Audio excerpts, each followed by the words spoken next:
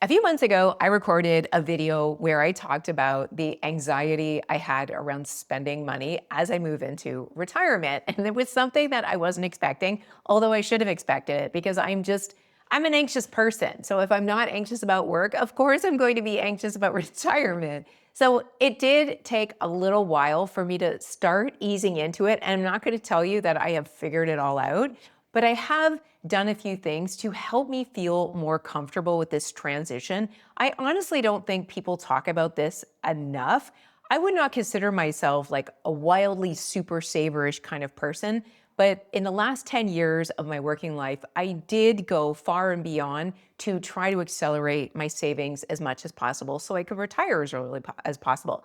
But never in that entire time did I think it would actually be hard once I got to the other side to actually spend what I had worked so hard to earn and save. So I think it's really important to acknowledge that mindset shift and like going from one form of life to another, from squirreling away everything you can to actually being somebody who's now spending what you have, we don't talk about it enough. It is a big deal for everyone, especially if you're like a highly anxious person like myself.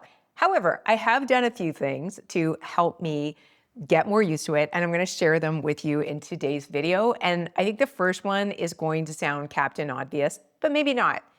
And that is having like a real clear financial picture of not only what you have, but what your plan for spending down is. And when I first started my fire or, early retirement journey, I was just using spreadsheets and that was helpful. And even to this day, my husband and I update our net worth on a spreadsheet once a month so we can see where it's going month over month. But a spreadsheet can only take you so far. So beyond doing that, I also use Bolden to play around with different scenarios. Like, what if we sold this house a little bit earlier? Or what if we just continued to rent? What if we never bought again? What if we moved abroad for a couple of years? Like, I have been noodling on all kinds of different scenarios for what lays ahead for my husband and I. And for something like that, I think Bolden is a really good software, and they have a free version and a paid version.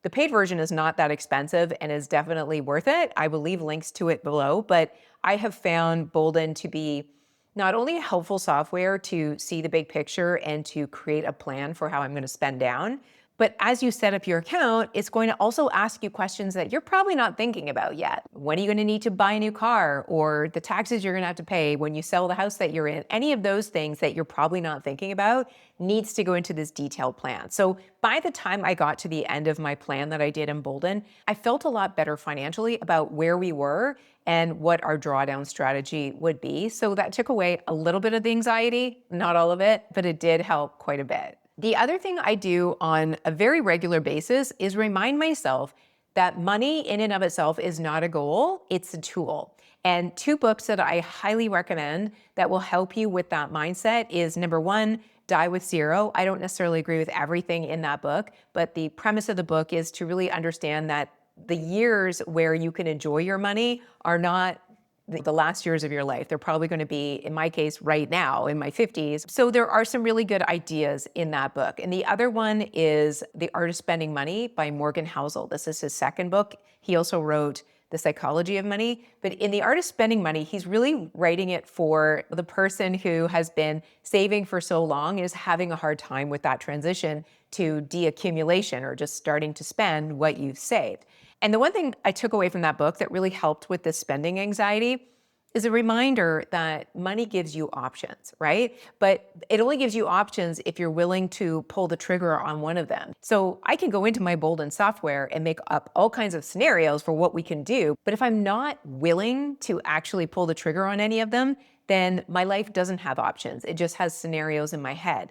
And that was, for me, a real aha moment, because I've always said and believed that money gives you options. But if you are unwilling to go forward on any said options, then really what you're doing is just living in your head and not living in the real world. So that has really helped me make the transition to scenarios on my computer screen to what I'm actually doing in real life. The next thing I'm doing, which is actually an idea I got from one of you, somebody commented this, the concept of a playcheck. And the way I'm interpreting this and designing it for myself is that every month I'm going to give myself a certain amount of money that I have to spend on play, whether that's, signing up for a memoir course, which is what I did this month, or signing up for pickleball lessons or something in my real life to enrich it. And if I do not spend my playcheck, whatever's left over has to be donated to one of my favorite charities. So I'm not looking at this as something that's punitive necessarily, because obviously I'm happy to donate money to charities I love, and one of them being Austin Pug Rescue.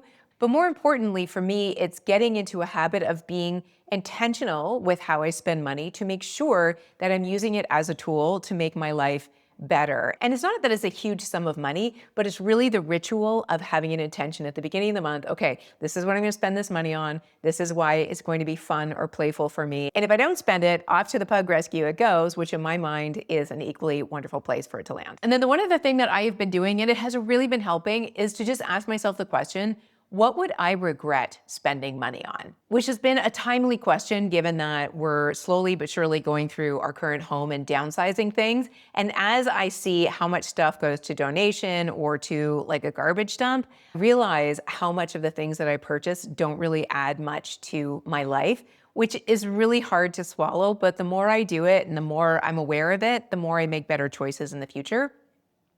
So the things that, if I think about just in the context of this year, what would I regret not spending money on? It would be the two trips, the big trips that we're planning. Like one is my solo trip to Ireland I'll be doing this summer. And then in the fall, we're also going back to Europe for a second vacation. More on that in another video. But I would regret if we didn't do those things because these are our go-go years where we really want to, get out and enjoy doing very active vacations where we're walking a lot and hiking and just being outdoors. So those are two things that are very important to me this year, but also investing in those small things that I talked about in relation to the playcheck are also equally important to me. When I think about, a good life, it is a balance of big things like a trip that you're looking forward to, but then also small things like every Tuesday night, I've got my writing class, which I'm really enjoying. And it's the culmination of both of those, big and small and somewhere in between. And even the things that aren't planned but are just fun, all of those things are, for me, what makes up a really good and intentional life. And then the last thing, which is personal to me because I'm a bit of a nerd. I do love watching personal finance videos and learning about different withdrawal strategies and things like that. For whatever reason, it just helps me feel like confident that I can trust myself to make the right decisions. And I know I can, but education is something that I find is always a good confidence booster. But the bottom line is I do trust myself to make good financial decisions. So, if the market completely tanked and I had to readjust things, that would be totally fine. I know that I would be more inclined to pull back when I need to rather than spend more if I wanted to, just based on the personality that I have now, which was certainly not the personality I had when I was much younger. So all of those things have really been helping me along this journey of moving from an accumulator to a spender. It is a really big adjustment. So if you are finding it uncomfortable or weird to start spending money, you are not alone. It is completely normal. And we need to talk about these things more. So those are the things that have been helping me. Any resources that I can share below, I will. And I would also love to hear from you guys. What has helped you move from being a saver to a spender in your retirement years? So thanks so much for watching, guys. I'll see you next time.